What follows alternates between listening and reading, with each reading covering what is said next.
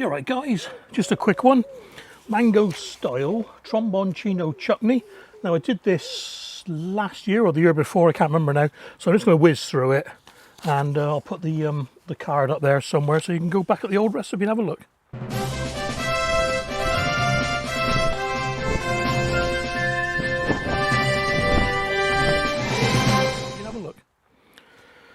So overnight I've soaked 800 grams of Tromboncino, and I had to throw a little bit of butternut squash in as well because it wasn't quite big enough. Soaked it, it's the wrong word. It's been resting in 100 grams of sugar and 4 crushed up cardamom pod seeds all mashed together with some salt, and that's the juice that's come out overnight. And we're using all of that because, as you know, mango chutney is quite sweet. So that's going in. Ooh. Right, fenugreek. Now, I would prefer to use fenugreek seeds, but I'm going to use a teaspoon of powder instead. I'll do. And to give it the seedy effect, I'm putting some celery seeds in. So that'll be about a teaspoon of those as well. Oh, lovely smell.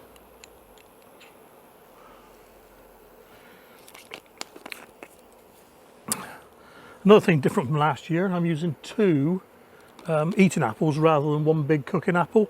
Normally you would cook the cooker first to make it softer, but eating apples, they go down to a mush anyway in the pickle. So right, even though I've got garlic that I picked yesterday, I'm going to use the lazy garlic. It's going to go off pretty soon, so good teaspoon of that.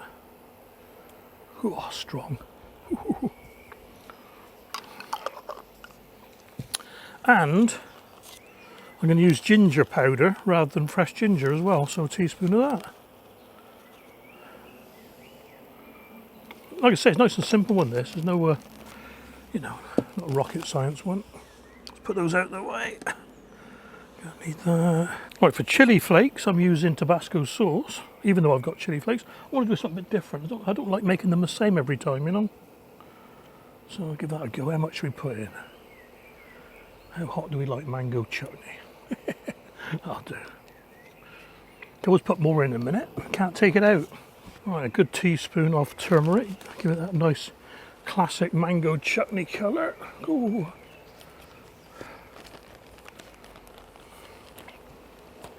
What we got left? Mustard seeds. Teaspoon of mustard seeds. It's all teaspoon, that's easy. Might put a few more in because I like mustard. 2 teaspoons. 100 ml of white vinegar. Any white vinegar will do, so that's 100 ml. In. Juice of a lime, which I know is 2 tablespoons because I googled it. That'll do for that. And I think last up is a teaspoon of nigella seeds. Where are they? That's it. Oh.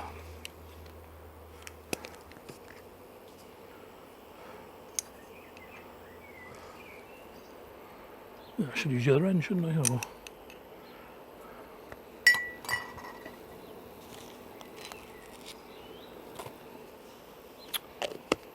Right, let's wait for it to boil now.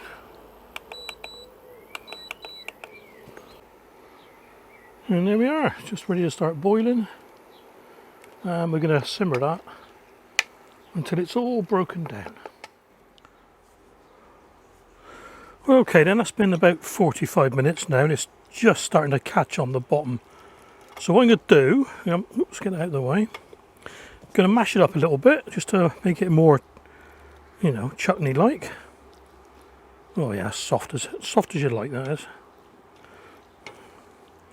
Got a few lumps in it still.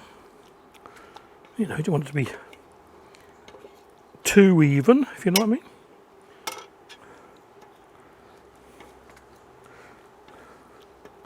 Yeah, that's looking pretty good. So, oh, it's nice and thick. I like that.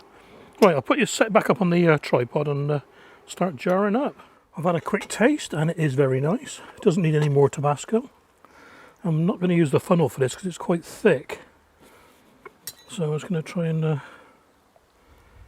get it in neatly. Not sure how many jars it's going to make.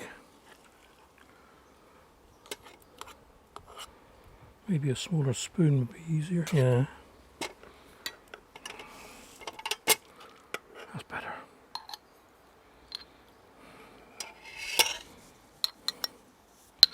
We can use it as a podger then as well.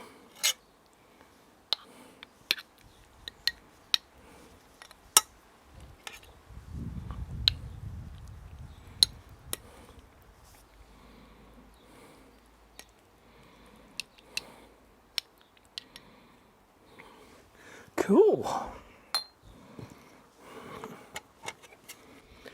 Yeah, spot on 4 jars.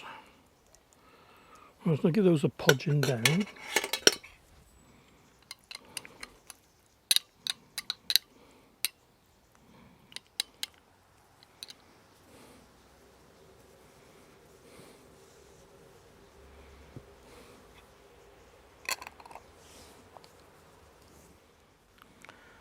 Okay then, there we have it. 4 small jars of mango style Tromboncino Chutney.